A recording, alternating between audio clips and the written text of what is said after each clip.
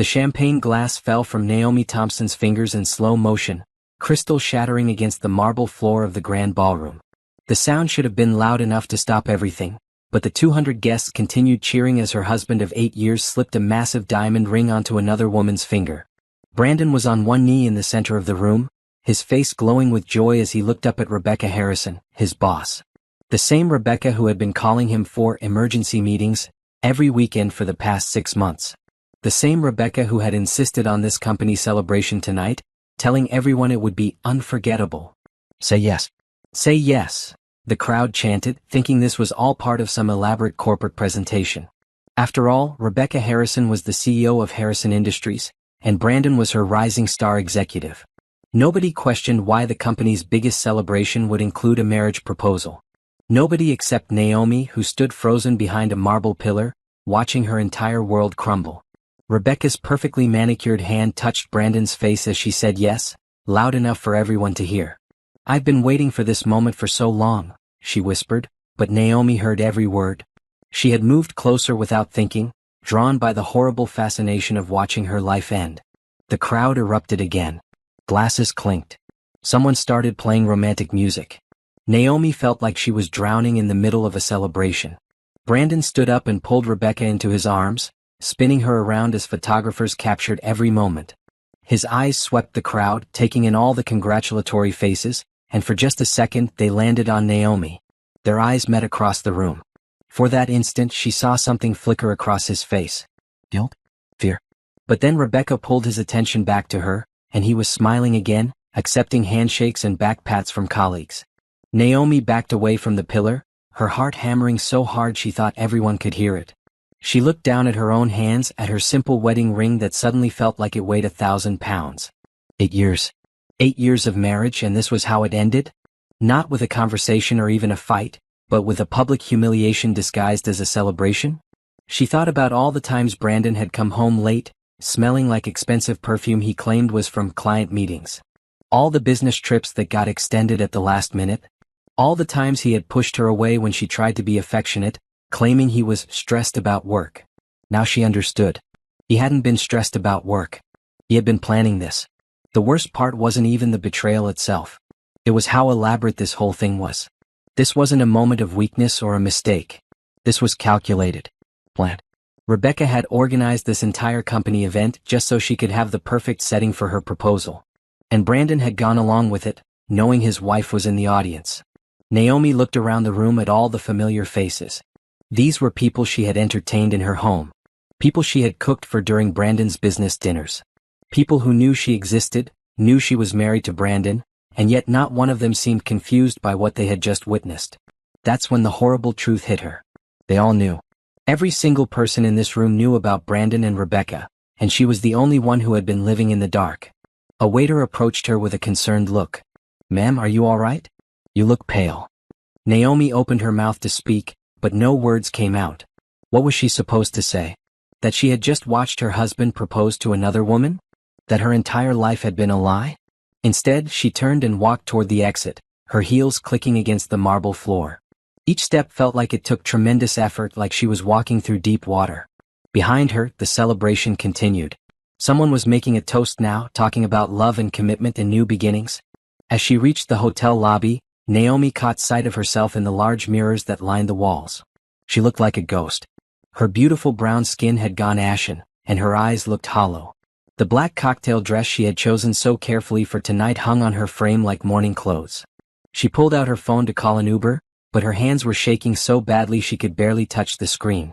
The betrayal was one thing, but the public humiliation was something else entirely. Brandon hadn't just cheated on her.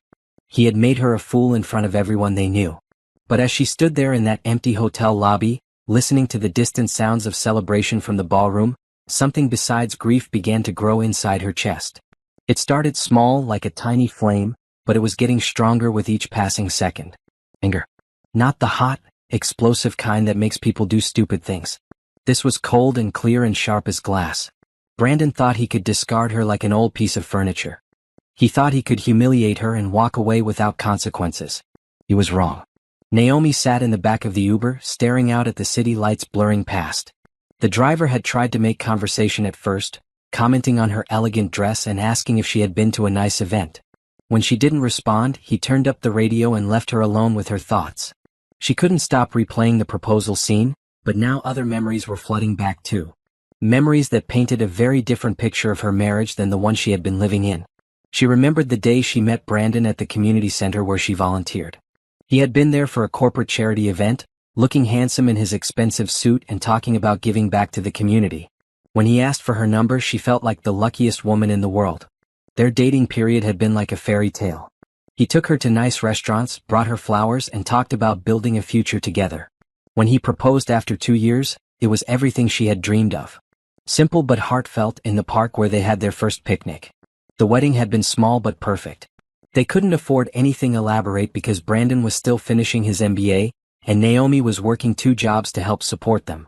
She didn't mind. She believed they were building something together, that the sacrifices would be worth it when his career took off. And his career had taken off spectacularly. Brandon had gotten hired at Harrison Industries right after graduation, and Rebecca Harrison had immediately taken him under her wing. She promoted him quickly, gave him the best assignments, and included him in high-level meetings that were usually reserved for much senior employees. At the time, Naomi had been proud of her husband's success. She thought he was just naturally gifted, that Rebecca recognized his talent. Now she realized the truth was much simpler and much more painful. The promotions hadn't been about Brandon's business skills. They had been about something else entirely. Naomi thought about all the company parties she had attended over the years, standing beside Brandon as he networked and climbed the corporate ladder. Rebecca had always been polite to her, but there had been something in her eyes that Naomi couldn't quite identify. Now she knew what it was. Rebecca had been sizing up the competition. The Uber pulled up to their house in the suburbs. It was a nice house, nothing too fancy but comfortable. They had bought it 3 years ago when Brandon's salary got big enough to qualify for the mortgage. Naomi had spent hours decorating it, trying to make it feel like home. She had painted every room herself, planted the garden, and carefully chosen every piece of furniture. Now, looking at it from the street, it didn't feel like home anymore. It felt like a stage set for a play she hadn't known she was acting in. She paid the driver and walked up the front steps, her key feeling foreign in the lock. Inside, everything looked exactly the same as it had this morning when she was getting ready for the party. Her coffee cup was still in the sink. Brandon's gym clothes were still draped over the chair where he had left them. This morning, she had been a wife getting ready for her husband's company celebration. Tonight, she was a woman whose marriage had just ended in the most public way possible. Naomi walked through the house, looking at everything with new eyes. The wedding photos on the mantel seemed to mock her now. In every picture, Brandon was smiling, but she could see now that the smile didn't reach his eyes. How long had he been pretending? How long had she been living with a stranger? She went upstairs to their bedroom and sat on the edge of the bed they had shared for 8 years. The room smelled like Brandon's cologne and she felt sick. Everything here was contaminated now by the knowledge of his betrayal. Her phone buzzed. A text message from her best friend Jerome. "Hey girl, how was the fancy party? Did Brandon's boss give him that promotion he was hoping for?" Naomi stared at the message, not knowing how to respond. Jerome had been her friend since childhood, and he had never really liked Brandon. He had never said anything directly, but she could tell he thought Brandon was too focused on status and money. Jerome was a lawyer now, successful in his own right, but he still lived in the same neighborhood where they had grown up. He had never forgotten where he came from. She started to type a response several times but deleted each one. How do you tell someone that your entire life has just fallen apart? How do you admit that you were stupid enough not to see what everyone else apparently knew? Instead, she turned off her phone and went to the bathroom to wash off her makeup. The woman looking back at her in the mirror looked older than she had this morning. The stress and shock had carved new lines around her eyes, and her usual confident posture was gone. As she wiped away her mascara, she thought about all the times she had put her own dreams on hold for Brandon's career. She had been accepted to graduate school for social work, but she had deferred when Brandon got the job at Harrison Industries because they needed her income to stay stable while he established himself. She had been planning to reapply this year, finally ready to pursue her own goals now that Brandon was making good money. But every time she brought it up, he found a reason why it wasn't the right time. There was always another promotion he was working toward, another opportunity that required his full focus. Now she understood why he had been so eager to keep her occupied with other things. A wife in graduate school might ask too many questions about his long hours and frequent trips. A wife focused on her own career might notice when her husband started coming home smelling like another woman's perfume. Naomi looked at her reflection one more time, and this time she saw something different. The hurt was still there and the betrayal, but underneath it was something stronger. She was 32 years old, beautiful, intelligent, and talented. She had spent 8 years building someone else's dream, but that didn't mean her own dreams were dead. Brandon thought he could throw her away like an old newspaper, but he was about to learn something about the woman he had underestimated for so long. Naomi woke up on the couch at 6 in the morning, still wearing her cocktail dress from the night before. Her neck was stiff and her mouth felt like cotton, but her mind was crystal clear. She had spent most of the night staring at the ceiling, processing everything that had happened. Brandon still wasn't home. She checked her phone and found 3 missed calls from him, all from around midnight, and 2 text messages. The first one said, "Where did you go? People were asking about you." The second one, sent an hour later, said, "Rebecca and I had to stay late for business discussions. I'll be home in the morning." Even now, even after proposing to another woman in front of 200 people, he was still lying to her. Naomi deleted the messages without responding and went upstairs to shower. She needed to wash off the smell of that hotel ballroom and the memory of watching her husband betray her. Under the hot water, she finally let herself cry. Not the desperate, hysterical crying she had expected, but quiet tears that felt like a release. She was getting dressed when she heard Brandon's car in the driveway. Her stomach clenched, but she forced herself to stay calm. She had spent the night thinking about this moment, about what she would say and how she would handle it. The front door opened and she heard his footsteps on the stairs. He appeared in the bedroom doorway looking rumpled and tired, his tuxedo wrinkled like he had slept in it. "There you are," he said, trying to sound casual. "I was worried when I couldn't find you last night. Where did you go?" Naomi finished putting on her earrings and turned to face him. "I left early. I wasn't feeling well." Brandon nodded, looking relieved that she wasn't screaming or throwing things. "The party ran really late. Lots of networking opportunities. Rebecca introduced me to some major clients." "I'm sure she did." He started loosening his tie, completely oblivious to the edge in her voice. "You should have stayed. Some of those people could have been good connections for you too. Rebecca was asking about your volunteer work." Naomi almost laughed at the audacity. Rebecca had been asking about her? What exactly had she wanted to know about the woman whose husband she had just stolen? What exactly did Rebecca want to know about me? Brandon paused with his tie halfway off. "Just general stuff. She thinks it's great that you're so involved in the community. She was saying how lucky I am to have such a supportive wife." The word wife hit Naomi like a slap. She wondered if Rebecca had said that before or after Brandon put the ring on her finger. "How long has this been going on, Brandon?" He froze completely now, his hand still gripping his tie. "What do you mean?" "You know exactly what I mean." For a moment, she thought he might actually tell her the truth. She saw something flicker across his face, a moment of what might have been shame or fear. But then his expression hardened, and she realized he was going to keep lying even now. "Naomi, you're being paranoid. Last night was a business event. If you had stayed, you would have understood that." She stared at him in amazement. He was really going to pretend that nothing had happened. He was going to look her in the eye and lie about something she had witnessed with her own eyes. "I saw you propose to her, Brandon." The words hung in the air between them like a bomb that hadn't exploded yet. Brandon's face went completely white, and for a second he looked like he might collapse. Then he started scrambling. It wasn't what it looked like. It was a publicity stunt for the company.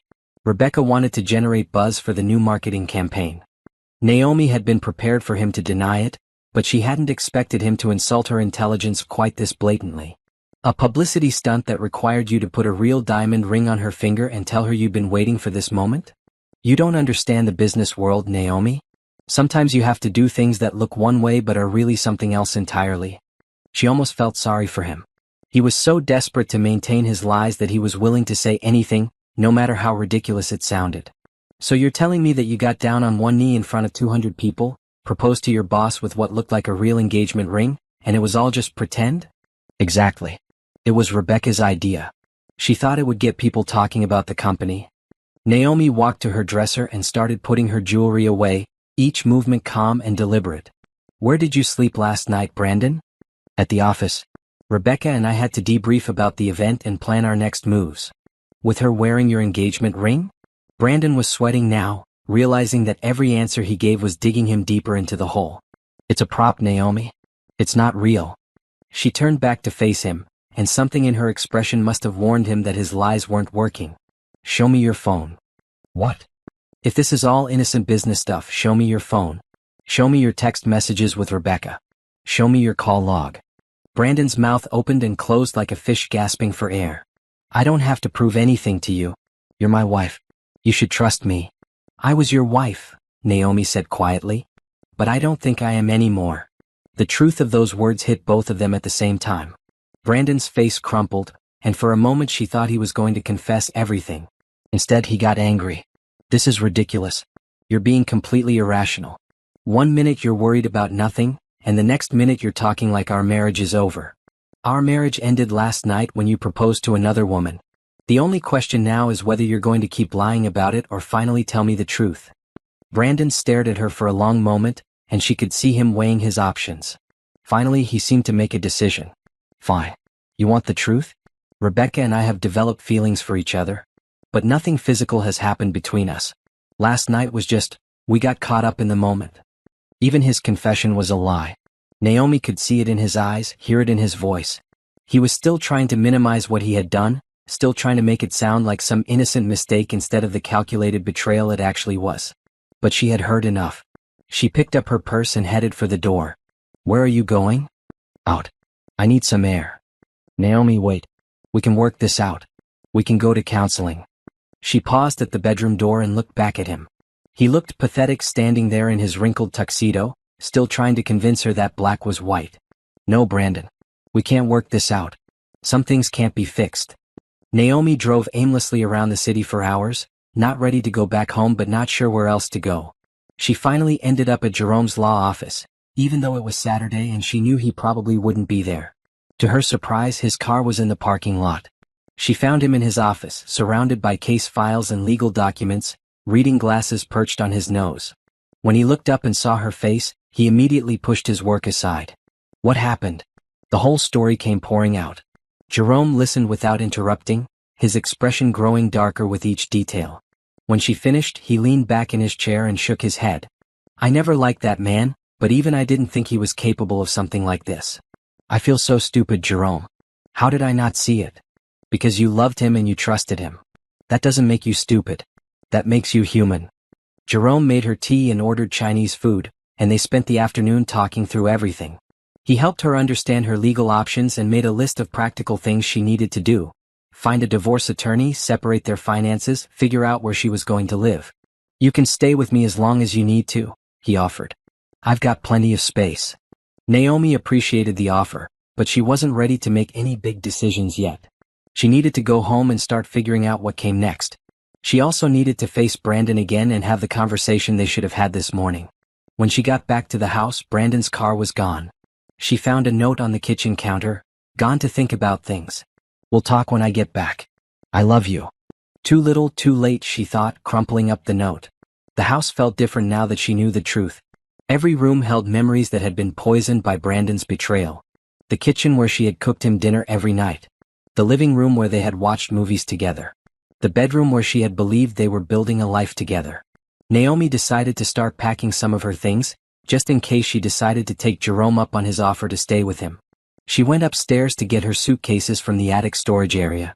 The attic was dusty and cramped, filled with boxes they had moved from their old apartment but never unpacked. As she pulled down the suitcases, one of the boxes tipped over, spilling papers across the floor. She bent down to clean up the mess and froze. Among the scattered documents was an envelope with her name written in handwriting she didn't recognize. The return address said, Patterson and Associates, Attorneys at Law. Naomi picked up the envelope with shaking hands. It was postmarked from 2 years ago, right around her 30th birthday. She had never seen it before. Inside was a letter that made her heart race. Dear Miss Thompson, we represent the estate of Mrs. Evelyn Richardson, your maternal grandmother. Mrs. Richardson passed away 5 years ago and left specific instructions that you be contacted on your 30th birthday regarding her estate. Please contact our office at your earliest convenience to discuss your inheritance. Due to the substantial nature of the estate, we strongly recommend scheduling an appointment in person. The estate has been held in trust and has continued to grow through careful investments. Current estimated value is approximately $150 million. Sincerely, Patricia Patterson, estate attorney. Naomi read the letter 3 times before the words sank in. Her grandmother had left her $150 million and she was just finding out about it now? She tried to remember her grandmother, but she only had vague memories of a stern woman who had visited a few times when Naomi was very young. Her mother had never talked much about her own mother, just saying that they hadn't been close. With trembling fingers, Naomi pulled out her phone and called the number on the letterhead. An answering service picked up, but when she explained who she was, they immediately patched her through to Patricia Patterson herself. Miss Thompson, I've been wondering what happened to you. We sent that letter 2 years ago and never heard back. I never received it. I found it in a box in my attic. Is this real? Did my grandmother really leave me money? Oh my dear, it's very real. And it's much more than just money. Your grandmother was a remarkable businesswoman. She built a small investment company into a major operation.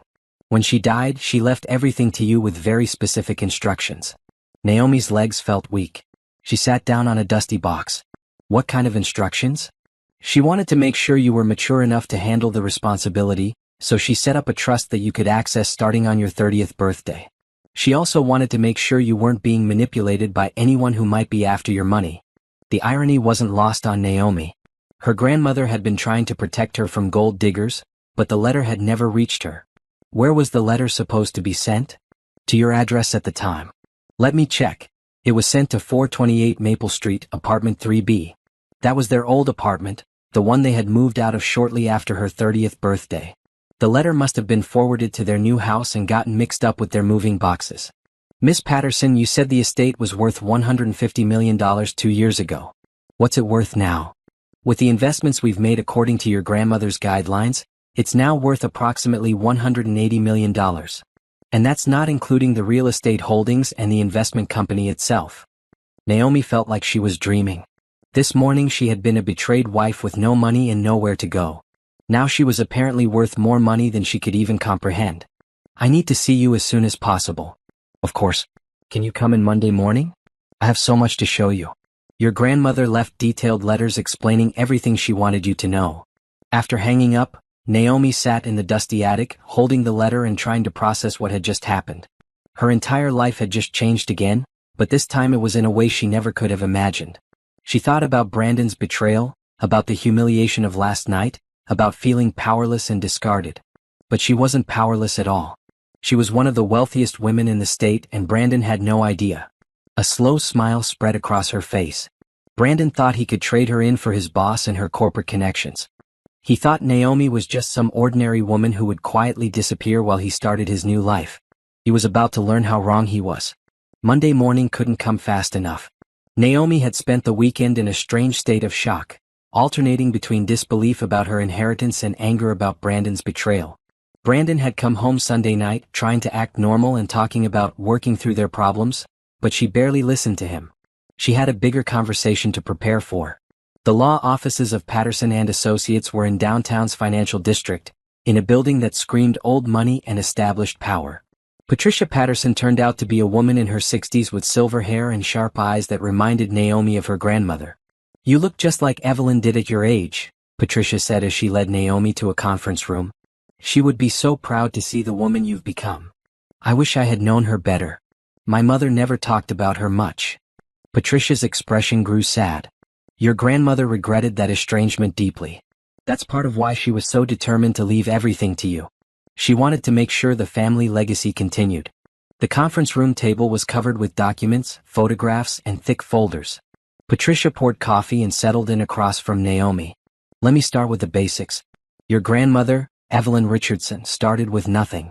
She was a single mother who built Richardson Investments from the ground up. By the time she died, it was one of the most successful investment firms in the region. Patricia opened one of the folders and showed Naomi financial statements that made her head spin. Properties, stock portfolios, business holdings, the numbers were staggering. The current total value of your inheritance is $183 million and growing. But it's not just about the money, Naomi. Your grandmother built something important, and she wanted you to carry it forward. She handed Naomi a sealed envelope. This is for you. Evelyn wrote it shortly before she died. With shaking hands, Naomi opened the envelope and began to read her grandmother's letter. My dearest Naomi, if you're reading this, it means you've finally learned about your inheritance. I'm sorry for the secrecy, but I wanted to protect you from the kind of people who see dollar signs instead of the wonderful person you are.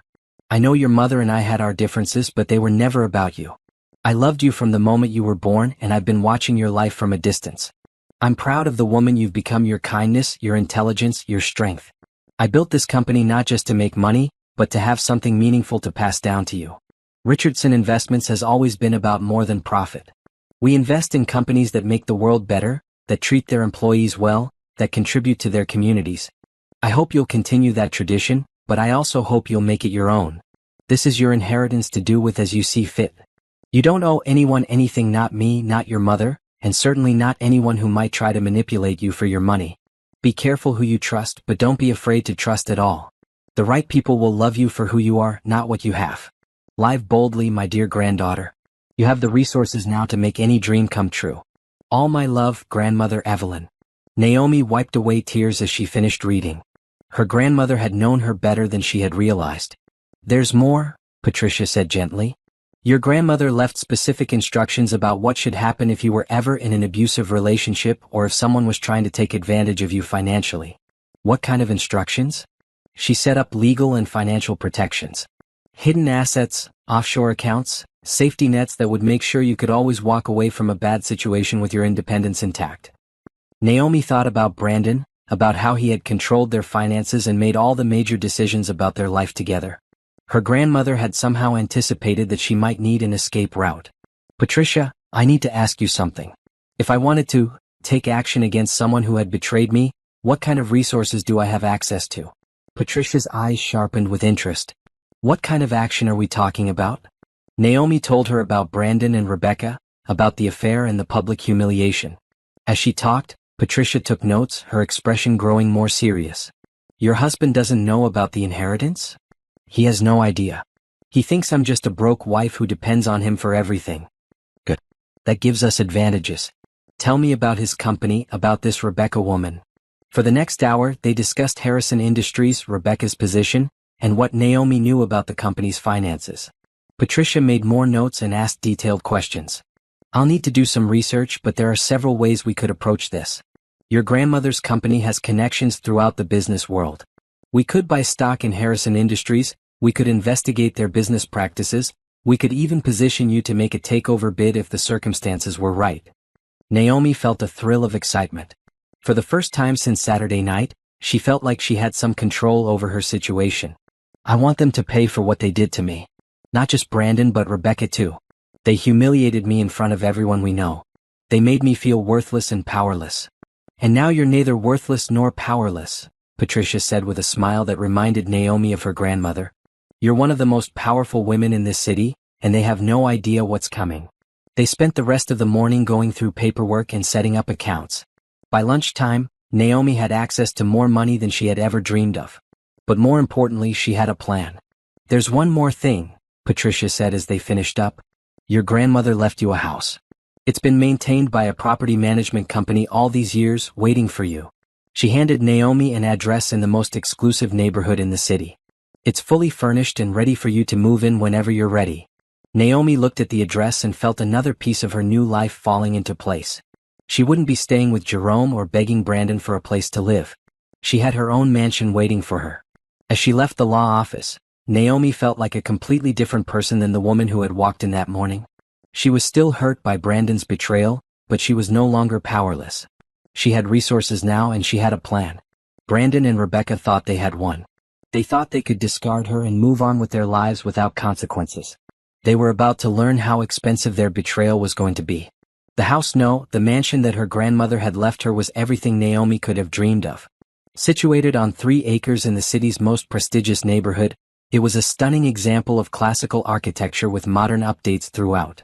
The property management company had maintained it perfectly, and it was ready for her to move in immediately. Standing in the grand foyer with its crystal chandelier and marble floors, Naomi felt her grandmother's presence. This wasn't just a house, it was a statement. A declaration that the Richardson women were forces to be reckoned with. She spent Tuesday moving her most important belongings out of the house she had shared with Brandon. He was at work, which made things easier. She left behind most of the furniture and decorations she had chosen so carefully over the years.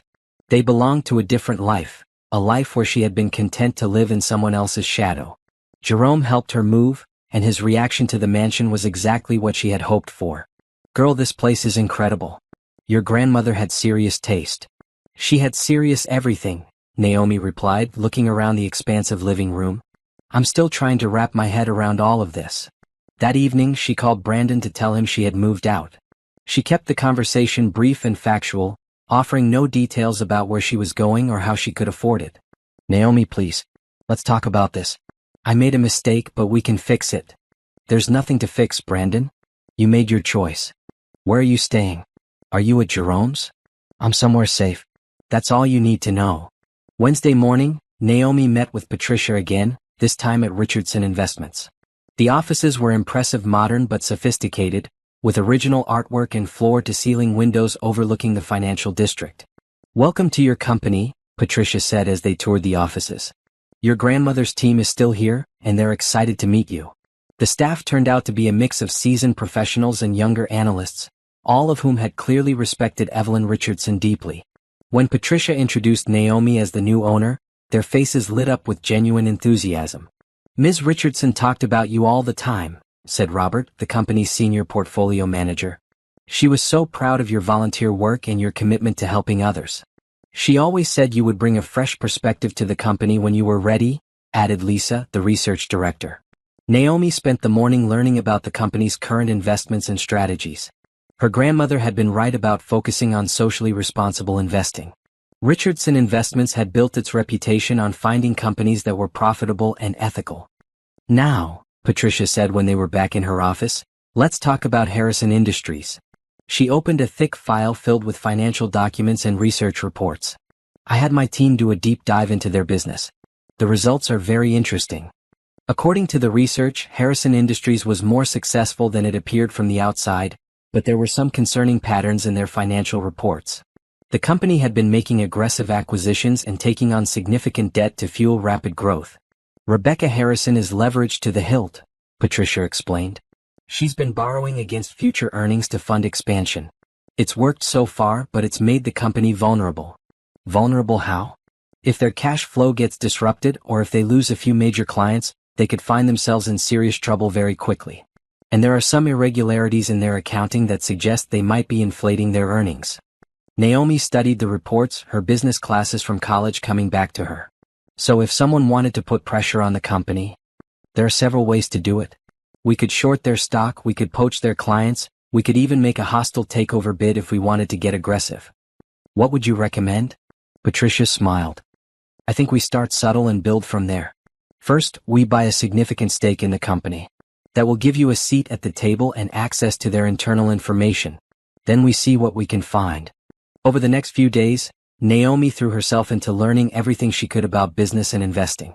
She read financial reports, studied market trends, and met with various members of her grandmother's team to understand how Richardson Investments operated. She also started making her own investments with her personal funds. She bought real estate, invested in startups run by women and minorities, and set up a charitable foundation focused on supporting victims of domestic abuse and betrayal. Each decision felt empowering. For 8 years, she had let Brandon make all the major financial decisions in their life. Now she was making choices that affected millions of dollars, and she was good at it. By Friday, Richardson Investments had quietly purchased a 15% stake in Harrison Industries, making Naomi one of the company's largest individual shareholders. The purchases had been made through shell companies and investment funds, so neither Brandon nor Rebecca would have any idea who was behind them. "The next board meeting is in 2 weeks, Patricia informed her. "As a major shareholder, you have the right to attend." Naomi felt a thrill of anticipation. In 2 weeks, she would walk into Harrison Industries as an equal, not as Brandon's dependent wife. She would have power and influence that neither Brandon nor Rebecca could ignore. But first, she had some other preparations to make. That weekend, she hired a private investigator to look deeper into Brandon and Rebecca's relationship. She also had her new legal team start drawing up divorce papers and investigating Brandon's assets. The private investigator's initial report was enlightening. Brandon and Rebecca had been having an affair for over a year, not the recent development of feelings that Brandon had claimed. They had been seen together at hotels, restaurants, and business conferences all over the country. Even worse, the investigator had found evidence that Rebecca had been giving Brandon inside information about company deals, allowing him to make personal investments that violated Harrison Industries' ethics policies. "They're both guilty of securities fraud," Jerome told her when she showed him the report. "This isn't just an affair. This is criminal behavior." Naomi felt a cold satisfaction reading through the evidence. Brandon and Rebecca thought they were so clever, but they had been sloppy. They had left a trail of evidence that could destroy both of their careers. As she sat in her grandmother's study that Sunday evening, surrounded by financial reports and legal documents, Naomi reflected on how much her life had changed in just 1 week. 7 days ago, she had been a betrayed wife with no resources and no options. Now she was a powerful businesswoman with the ability to fight back. Brandon had underestimated her completely. He thought she was weak and dependent, someone he could discard without consequences. Rebecca had dismissed her as just another corporate wife, someone too naive to understand how the business world really worked. They were both about to learn how wrong they were. The Harrison Industries board meeting was held in a gleaming conference room on the 40th floor of downtown's newest skyscraper. Naomi arrived early, dressed in a power suit that cost more than Brandon's monthly salary. She had spent the morning with a stylist, making sure she looked like the successful businesswoman she had become. Patricia accompanied her as her legal counsel, and they took seats at the massive mahogany table. The other board members filed in over the next few minutes, mostly older men in expensive suits who clearly weren't expecting any surprises today. Rebecca Harrison entered the room like she owned it, which technically she did. She was tall and blonde, with the kind of confidence that came from years of being the most powerful person in every room. She looked around the table, making eye contact with each board member, and paused when she saw Naomi. "I don't believe we've met," Rebecca said, extending her hand. "Rebecca Harrison, CEO." "Naomi Richardson," Naomi replied, shaking Rebecca's hand with a firm grip. "I represent Richardson Investments." She saw a flicker of confusion cross Rebecca's face. The name Richardson clearly meant something to her, but she couldn't quite place it. "Richardson Investments," Rebecca repeated slowly. "You're our new major shareholder." "That's correct. We purchased a significant stake in your company over the past week." Brandon chose that moment to walk into the conference room, and Naomi had the satisfaction of watching his face go completely white when he saw her. He stopped dead in the doorway, his mouth hanging open. "Brandon," Rebecca said sharply, clearly not pleased with his unprofessional reaction. "Come sit down. We have a meeting to conduct." Brandon stumbled to his seat, his eyes never leaving Naomi's face. She could see him trying to process what was happening, trying to figure out how his estranged wife had ended up in his boss's boardroom. "Before we begin the formal meeting," Naomi said, standing up, "I have some concerns about this company's business practices that I'd like to address." She opened her briefcase and pulled out a thick folder of documents. "My team has conducted a thorough review of Harrison Industries' financial records, and we've discovered some troubling irregularities." The mood in the room shifted immediately. The board members sat up straighter, and Rebecca's confident expression hardened into something more defensive. "What kind of irregularities?" asked one of the board members. Naomi began laying out the evidence her team had gathered. Inflated earnings reports, questionable accounting practices, and most damaging of all, evidence of insider trading involving Rebecca and Brandon. "Our investigation shows that Ms. Harrison has been sharing confidential company information with Mr. Thompson, who has used that information to make personal investments in violation of securities regulations." Brandon looked like he was going to be sick. Rebecca's face had gone from confident to furious. "This is ridiculous," Rebecca snapped. "These allegations are completely unfounded." "Are they?" Naomi asked, pulling out bank statements and trading records. "Because we have documentation of Mr. Thompson making stock purchases just days before Harrison Industries announced major deals that would affect those same stocks." She distributed copies of the evidence to each board member. The room fell silent as they reviewed the documents. "Furthermore," Naomi continued, "we have evidence that Ms. Harrison and Mr. Thompson have been having an inappropriate personal relationship for over a year, which creates additional conflicts of interest." "My personal life is not the board's concern," Rebecca said through gritted teeth. "It is when it affects your professional judgment and leads to violations of securities law," Patricia interjected, speaking for the first time. "Richardson Investments is prepared to file complaints with the SEC and the District Attorney's Office unless this board takes immediate action." The board members were whispering among themselves now, clearly alarmed by what they were hearing. Brandon sat frozen in his chair, looking like he wanted to disappear. What kind of action are you suggesting? Asked the board chairman. We're demanding the immediate resignation of both Ms. Harrison and Mr. Thompson, pending a full investigation by independent auditors. We're also recommending that the board consider new leadership that can restore confidence in this company.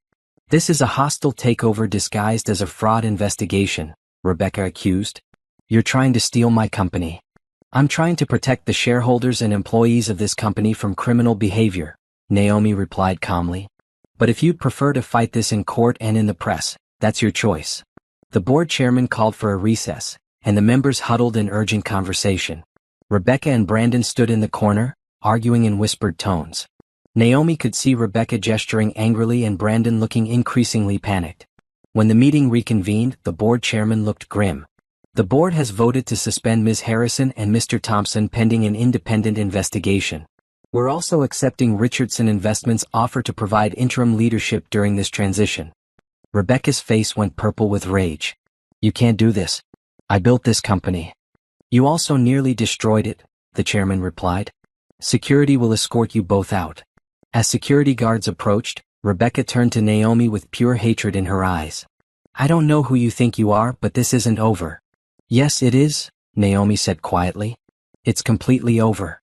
Brandon finally found his voice as the security guards reached his chair. Naomi, please. We need to talk. No, we don't. My lawyers will handle everything from here. She watched with satisfaction as both Brandon and Rebecca were escorted from the boardroom like common criminals. The board members were already discussing the transition plan, and several of them approached Naomi to thank her for bringing the issues to their attention. As she left the building that afternoon, Naomi felt a sense of completion she hadn't expected. The public humiliation Brandon and Rebecca had subjected her to had been repaid in kind. They had lost everything: their jobs, their reputations, and their future together. But more importantly, Naomi had proven to herself that she was stronger than she had ever imagined. She wasn't just a victim of their betrayal. She was a force to be reckoned with. The next morning, news of the shakeup at Harrison Industries was front-page business news. The headlines mentioned securities fraud, an FBI investigation, and the mysterious new investor who had exposed the scandal. Naomi smiled as she read the articles over coffee in her grandmother's sunroom. Richardson Investments was about to become much more famous, and she was just getting started. 3 months had passed since Naomi's dramatic boardroom confrontation, and Harrison Industries was in the midst of a complete transformation. The FBI investigation had found extensive evidence of the securities fraud that Naomi had uncovered, and both Rebecca and Brandon were facing criminal charges. But Naomi wasn't content to simply watch from the sidelines. She had spent the past 3 months carefully orchestrating the next phase of her plan. The final vote is tomorrow, Patricia informed her as they sat in Naomi's new corner office at Harrison Industries. As the interim CEO, Naomi had completely reorganized the company's operations and culture. Are we confident about the numbers? Very confident. Between the shares we already own and the proxies we've collected from other investors, we have more than enough votes to complete the acquisition. Tomorrow, the Harrison Industries board would vote on Richardson Investments' offer to buy the remaining shares of the company. If the vote passed, Naomi would become the sole owner of her ex-husband's former workplace. The irony wasn't lost on her. Brandon had spent 8 years climbing the corporate ladder at Harrison Industries, sacrificing his marriage and his integrity to advance his career. Now Naomi owned the entire company. She had spent the 3 months since taking over making sweeping changes. The company's culture of backstabbing and corner-cutting was replaced with transparency and ethical business practices. She had fired several executives who had been complicit in Rebecca's schemes and promoted deserving employees who had been overlooked. Most importantly, she had restructured the company's investment strategy to align with Richardson Investments' focus on socially responsible business practices. Harrison Industries was no longer just about making money at any cost. It was about making money while making the world better. The transformation had been noticed by the business press. Forbes had run a cover story about the Richardson Revolution, calling Naomi one of the most promising young CEOs in the country. The Wall Street Journal had praised her turnaround of the company as a masterclass in ethical leadership. But the best part of the whole situation was watching how it affected Brandon and Rebecca. Rebecca had been arrested the previous month on charges of securities fraud, embezzlement, and insider trading. She was facing up to 20 years in federal prison, and her legal fees had already bankrupted her. The woman who had once been one of the most powerful executives in the city was now living in a studio apartment and working as a paralegal to pay her lawyers. Brandon's situation was almost worse. He had been arrested as well, but his charges were less severe than Rebecca's. However, he had been completely blacklisted from the corporate world. No respectable company would hire him, and he had been forced to take a job selling insurance for a fraction of his former salary. The divorce had been finalized 6 weeks ago, and Brandon had walked away with almost nothing. Since Naomi had moved out before he knew about her inheritance, he had no claim to any of her assets. Meanwhile, his own assets had been frozen pending the criminal trial. Naomi occasionally saw items about him in the local business newsletter.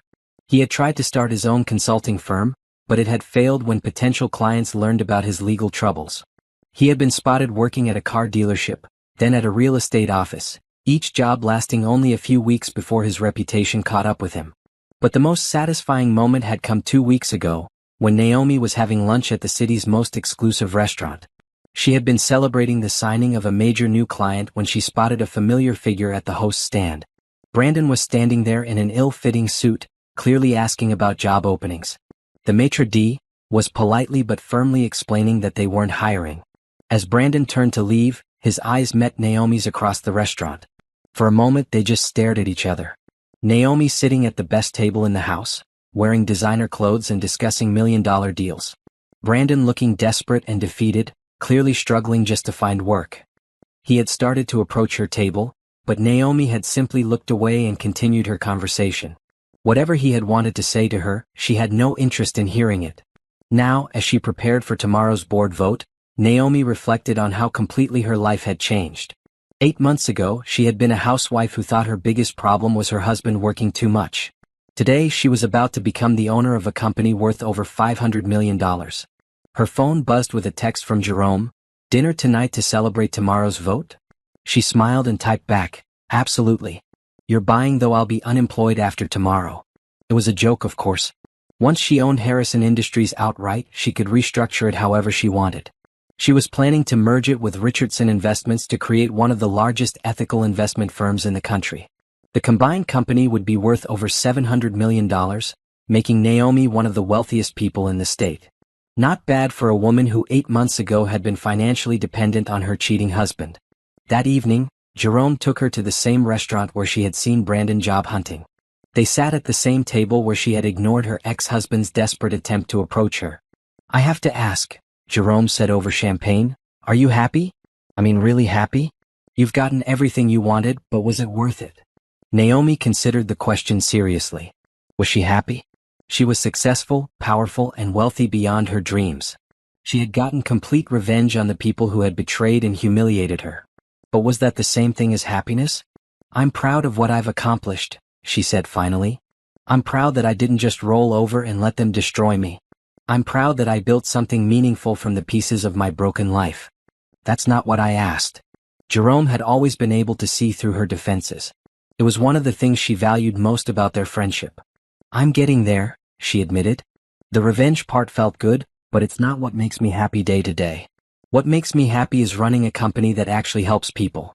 It's knowing that I'm providing good jobs and making ethical investments. It's feeling like I'm making a difference." "And personally? Are you ready to start thinking about your personal life again?" Naomi looked across the table at Jerome, really looking at him for the first time in months. He was handsome, successful, and had been nothing but supportive through the worst period of her life. He had also been patient with her while she focused on building her empire and getting her revenge. "I think I might be," she said softly. Jerome reached across the table and took her hand. "Good. Because I've been waiting for you to be ready." As they sat there holding hands in the restaurant where Brandon had begged for work just 2 weeks earlier, Naomi felt something she hadn't experienced in almost a year: genuine happiness. Not the satisfaction of revenge or the thrill of success, but simple contentment with where her life was heading. Tomorrow she would own Harrison Industries completely. But tonight, she was just a woman having dinner with a man who cared about her. And for the first time since her marriage ended, that felt like enough. The Harrison Industries shareholders meeting was packed with reporters, investors, and employees who had all heard about the dramatic changes coming to the company. Naomi sat at the head of the conference table, wearing a navy blue suit that had belonged to her grandmother. It felt fitting to wear something that connected her to the woman who had made all of this possible. The board vote was unanimous. Richardson Investments' acquisition of Harrison Industries was approved. and Naomi officially became the sole owner of a company worth over $500 million. The transformation from betrayed housewife to corporate mogul was complete.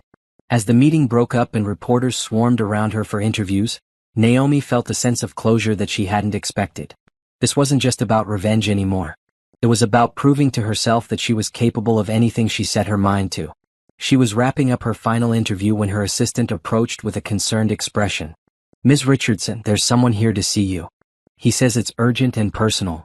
Naomi looked toward the lobby and saw Brandon standing there, looking more desperate than she had ever seen him. His clothes were wrinkled, his hair was unkempt, and he looked like he hadn't slept in days. "Tell him I'm busy. I tried, but he says he's not leaving until he talks to you. He's been here for 3 hours.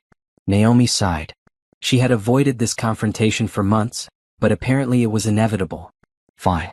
Give me 5 minutes, then send him to my office."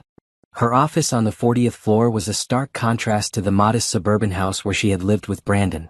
Floor-to-ceiling windows offered a panoramic view of the city, and the furniture was elegant and expensive.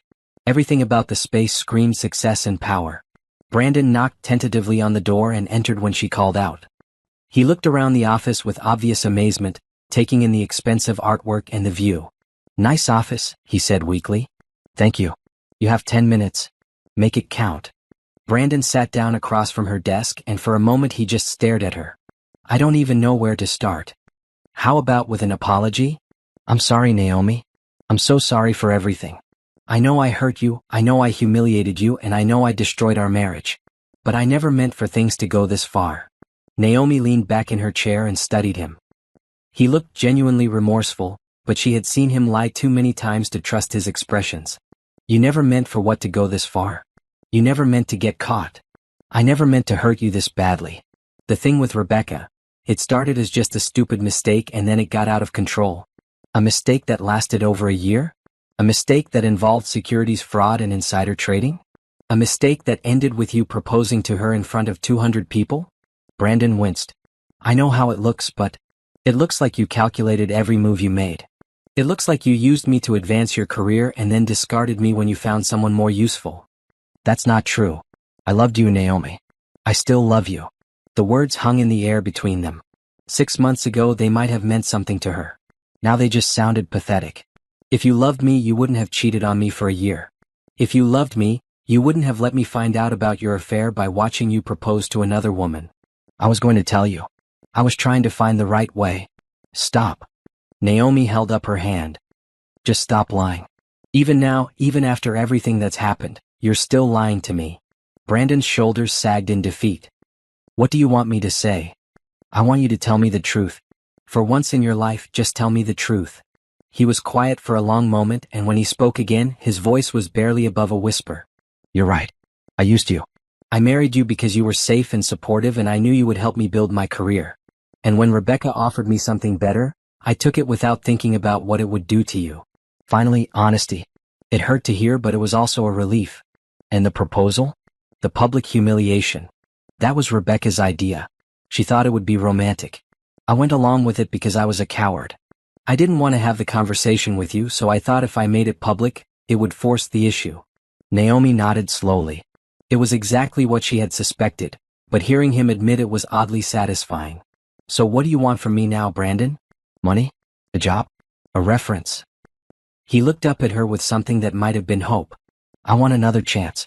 I know I don't deserve it, but I want to try to make things right between us." Naomi almost laughed. The audacity was incredible. "Another chance? Brandon, you're facing federal charges for securities fraud. Your career is over. Your reputation is destroyed. You have nothing to offer me. I know I made mistakes. You didn't make mistakes. You made choices. You chose to cheat. You chose to lie. You chose to humiliate me. And now you're living with the consequences of those choices. But you won, Naomi. Look at all this." He gestured around the office. "You have everything now. You're successful and powerful and wealthy. You don't need to keep punishing me." "Punishing you?" Naomi stood up and walked to the window, looking out at the city spread below her. "Brandon, I didn't do any of this to punish you. I did it to save myself." "What do you mean?" She turned back to face him. "When you proposed to Rebecca that night, you broke something inside me. Not just my heart, but my sense of who I was. I had spent 8 years defining myself as your wife, supporting your dreams, making your success my success. And in one moment, you showed me that none of that mattered to you. It did matter. No, it didn't. If it had mattered, you would have treated me differently. So I had to figure out who I was without you. I had to build something that was mine. And you did. You built an empire. I built a life, she corrected. The empire is just part of it. I also built relationships with people who respect me. I built a company that reflects my values. I built a future that I'm excited about. Brandon was quiet for a moment. When he spoke again, he sounded defeated. So there's no chance for us? No possibility of starting over? No, Brandon. There isn't. Because you can't forgive me? Because I don't want to. I don't want to go back to being the woman I was when I was married to you. I like who I am now. She walked back to her desk and sat down, clearly signaling that the conversation was over. I'm sorry for how everything turned out, she said, not unkindly. I hope you figure out how to rebuild your life. But it's going to have to be without me. Brandon stood up slowly, looking around the office one more time. For what it's worth, I'm proud of what you've accomplished. You always were stronger than I gave you credit for. Goodbye, Brandon. After he left, Naomi sat alone in her office for a few minutes, processing the conversation. She had expected to feel angry or sad or vindicated. Instead, she just felt finished. The chapter of her life that had included Brandon Thompson was officially closed. Everything that came next would be entirely hers to write. 6 months later, Naomi stood on the balcony of her grandmother's mansion, looking out at the garden where she was hosting a charity gala for her foundation. The event was raising money for women who were rebuilding their lives after difficult divorces, and the turnout had exceeded her expectations. Richardson Holdings, the merged company that combined her grandmother's investment firm with the former Harrison Industries, had become one of the most successful and respected businesses in the region. Under Naomi's leadership, the company had grown to be worth over $800 million, and she had been named Businesswoman of the Year by 3 different magazines. But more importantly, she had built exactly the kind of life she wanted. The company reflected her values, investing only in businesses that treated their employees well and contributed positively to their communities. She had created hundreds of jobs and helped launch dozens of startups run by women and minorities. Quite a turnout, Jerome said, joining her on the balcony. He was wearing a perfectly tailored tuxedo and looked more handsome than ever. Your speech was amazing, Naomi replied, adjusting his tie. I think you convinced at least 10 people to write bigger checks. Jerome had become more than just her oldest friend. Over the past year, their relationship had gradually evolved into something deeper. It had been slow and careful, both of them aware that Naomi needed time to heal from her marriage. But what they had built together was solid and real. Have I mentioned lately that I'm proud of you? He asked, pulling her close. Only every day.